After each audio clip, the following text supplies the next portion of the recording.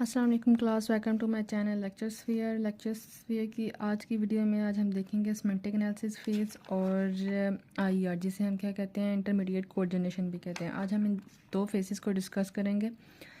अगर आप इस चैनल पे नए हैं तो सबसे पहले चैनल को सब्सक्राइब कर दीजिए क्योंकि सब्सक्राइबर बहुत ज़रूरी है।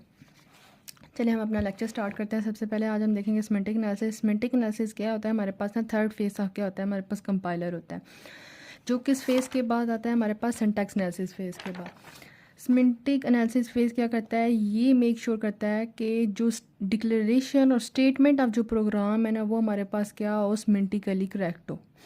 क्या है semantic analysis make sure that declaration and statement of a program are semantically correct. जो सिमेंटिक एनालिसिस फेज़ है उसको सिमेंटिकली करेक्ट बनाता है जो हम प्रोग्राम या कोई स्टेटमेंट डिक्लेयर करते हैं। टाइप चेकिंग क्या होता है, इसमें हमारे पास इंपॉर्टेंट पार्ट है हमारे पास सिमेंटिक एनालिसिस फेज़ का। टाइप चेकिंग हमारे पास क्या होती है कि टाइप चेकिंग हमारे पास बेसिकली वेरिएबल की टाइप बताता है हमारे पास। टाइप चेकिंग हमारे पास दो तरह की होती है, एक हमारे पास होती है स्टैटिक और एक होती है हमारे पास डायनेमिक। स्टैटिक और डायनामिक हमारे पास क्या होती है टाइप चेकिंग।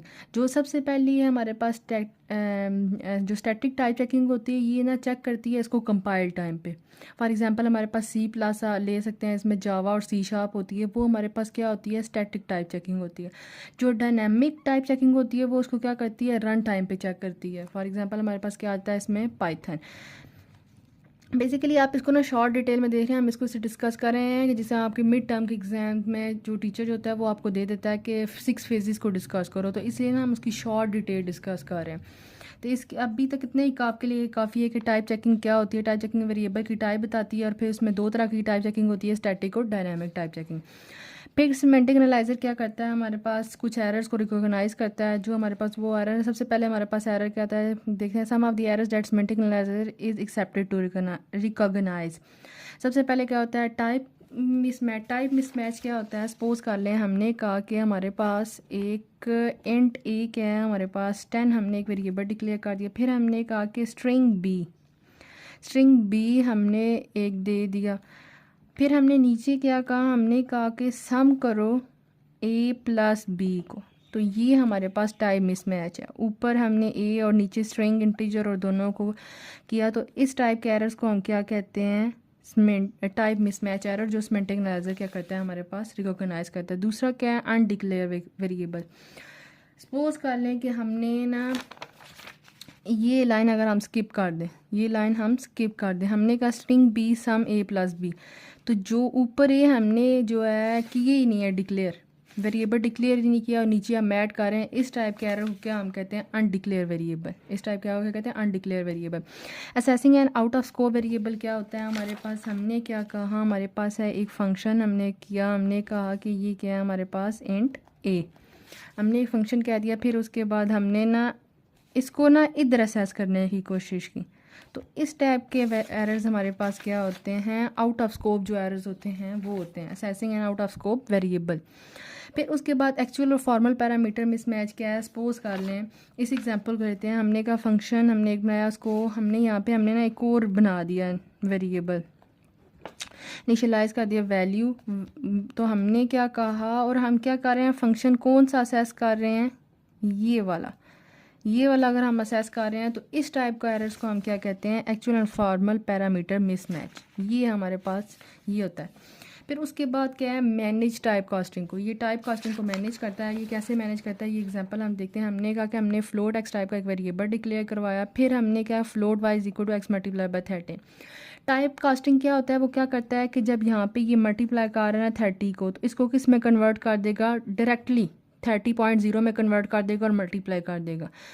ये क्या होती है हमारे पास टाइप कास्टिंग होती है। और जो सिमेंटिक एनालिसिस फेज है वो क्या करता है इसको मैनेज करता है। इसके अब डायग्राम देखते हैं। डायग्राम में क्या है कि इनपुट में क्या करता है हमारे पास सिमेंटिक एनालिसिस फेज क्या करता है पार्स ट्री को लेता है इनपुट में, और सिमेंटिक एनालाइजर क्या करता है उसको आउटपुट में किस में कन्वर्ट कर देता है एब्स्ट्रैक्ट सिंटैक्स ट्री में।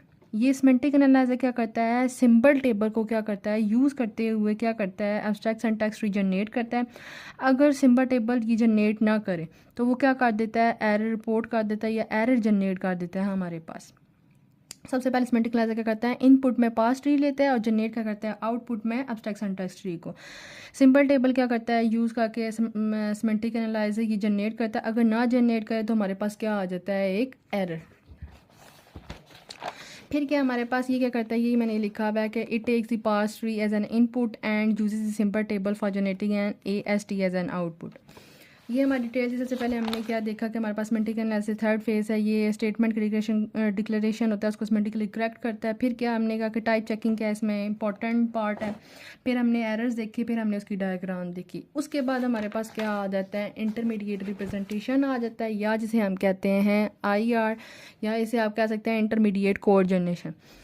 सिमेंटिक एनालिसिस अब देखते हैं इसको क्या है हमारे पास। One the semantic analysis phase over the compiler generate an intermediate code for the target machine. जब हमारा सिमेंटिक एनालिसिस फेज ख़त्म होता है तो उसके बाद जो हमारे पास कंपाइलर है वो क्या कर जनरेट करता है, इंटरमीडिएट कोड को जनरेट करता है या इंटरमीडिएट रिप्रेजेंटेशन को जनरेट करता है। ये क्या करता है, represent a program of some abstract machine के प्रोग्राम को रिप्रेजेंट करता है। डायग्राम क्या है हमारे पास, ये सोर्स कोड को लेता है और अगर हम इसको ना किसी भी फॉर्म में कन्वर्ट करना हो तो उसको ना IR में से गुजरना पड़ता है। वो ये क्या करता है, एक IR प्रोड्यूस करता है और फिर उसको टारगेट कोड में कन्वर्ट करता है।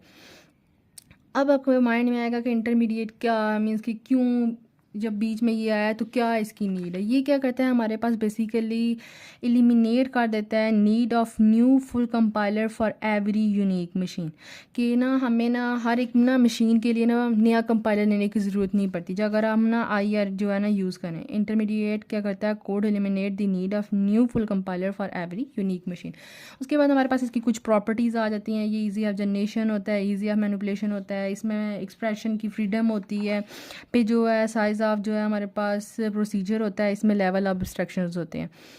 फिर उसके बाद हमारे पास ना इसमें जब आप शॉर्ट में लिखेंगे तो ये इसकी कुछ टाइप्स हैं, इनको हम डिटेल में जब टॉपिक को देखें तब इनको डिस्कस करेंगे। हमारे पास इसकी 5 जो है हमारे पास काइंड्स हैं। टाइप्स कह लें आप इसको, टाइप्स भी कह सकते हैं आप इसको। टाइप्स में क्या है, एब्स्ट्रैक्ट सिंटैक्स ट्री है, फिर डायरेक्ट साइक्लिक ग्राफ है जिसे डैग कहते हैं, फिर उसके बाद कंट्रोल फ्लो ग्राफ है जिसे CFG कहते हैं, फिर सिंगल स्टैटिक AST जिसे SSA कहते हैं, और 3 एड्रेस कोड है। ये हम ना डिटेल में देखेंगे जब हम आगे डिस्कस करेंगे। अगले लेक्चर में हम देखेंगे कोड ऑप्टिमाइजेशन और कोड जनरेशन को। आज हमने 2 टॉपिक देखे, सिमेंटिक एनालिसिस का और IR का, उनकी शॉर्ट डिटेल देखें। चलें, आई होप सो कि आपको मेरा लेक्चर समझ आया होगा। अगर आपको कोई चीज़ समझ ना आए तो आप मुझे कमेंट सेक्शन में बता सकते हैं और मिलते हैं नेक्स्ट वीडियो में। अल्लाह हाफिज़।